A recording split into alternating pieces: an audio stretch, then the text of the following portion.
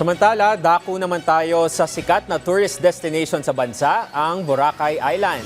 Lalo na't ilang araw na lang, Semana Santa na. Ihahatid sa atin yan sa sentro ng balita ni Bernard Ferrer. Pinili niya siya at ang kanyang pamilya na magbakasyon sa Boracay, nakilala sa buong mundo dahil sa pinagmamalaki nitong White Sand Beach. Bagamat galing pa sa Australia, mahalaga sa kanila ang maayos sa pagpaplano at tamang pag-budget ng kanilang mga gastusin. Hindi lang po kasi in one day you're actually eating, but it's for the full week. So napaka-importante po talaga ang pagbabudget at kung po pwede pong isacrifice ang mga luho para uunahin po talaga yung pagkain, you have a roof in your head. Mula Canada nagbakasyon si Angie kasamang kanyang kapatid at mga kaibigan sa Boracay. Binabalikan niya dito ang mga pinagmamalaking putahe kung saan kasama na ang mga sariwang seafood. Sa katunayan, 4 hanggang 5 beses na siyang nakabalik sa Boracay. Kahapon, nag-land tour kami. Yeah, so we are 15 of us on this side and 18 on the other side. Kailan ka huling umuwi, Mami? This is Pilipinas. 2 years ago.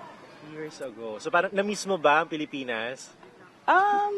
Yes, of course. Ramdam naman ang isang 4-star hotel sa Boracay ang posibleng pagtitipid ng ilang kababayan natin bagong inaabang ang long weekend sa Abril dahil sa epekto ng pagtaas ng presyo ng produktong petrolyo bunsod ng tensyon sa Middle East. Umaasa sila na makakamit pa rin nila ang target na occupancy rate lalo't taong-taong dinadagsa ng mga turista ang isla. Posible namang magtaas ang presyo ng ilang water sports dahil umaasa ang mga ito sa produktong petrolyo lalo na mga aktibidad na gumagamit ng motorbangka. Mula 1,500 pesos, umakyat naman sa 2,000 pesos ang pamasahe sa mga chartered boat mula Katiklan patungong Boracay. Ginawa ito ng isang kooperatiba sa gitna ng pagtaas ng presyo ng produktong petrolyo. Nananatili naman sa 50 pesos ang pamasahe mula Katiklan patungong Boracay at pabalik bilang pagtalima sa kautusan ni Pangulong Ferdinand R. Marcos Jr. na huwag magtaas ng pamasahe. Pero may hinihiling silang provisional fare increase sa Maritime Industry Authority o Marina. Nag-email pa kami sa Marina about sa prayer heart namin. Waiting po kami sa reply. At magkano yun? 10 pesos lang po per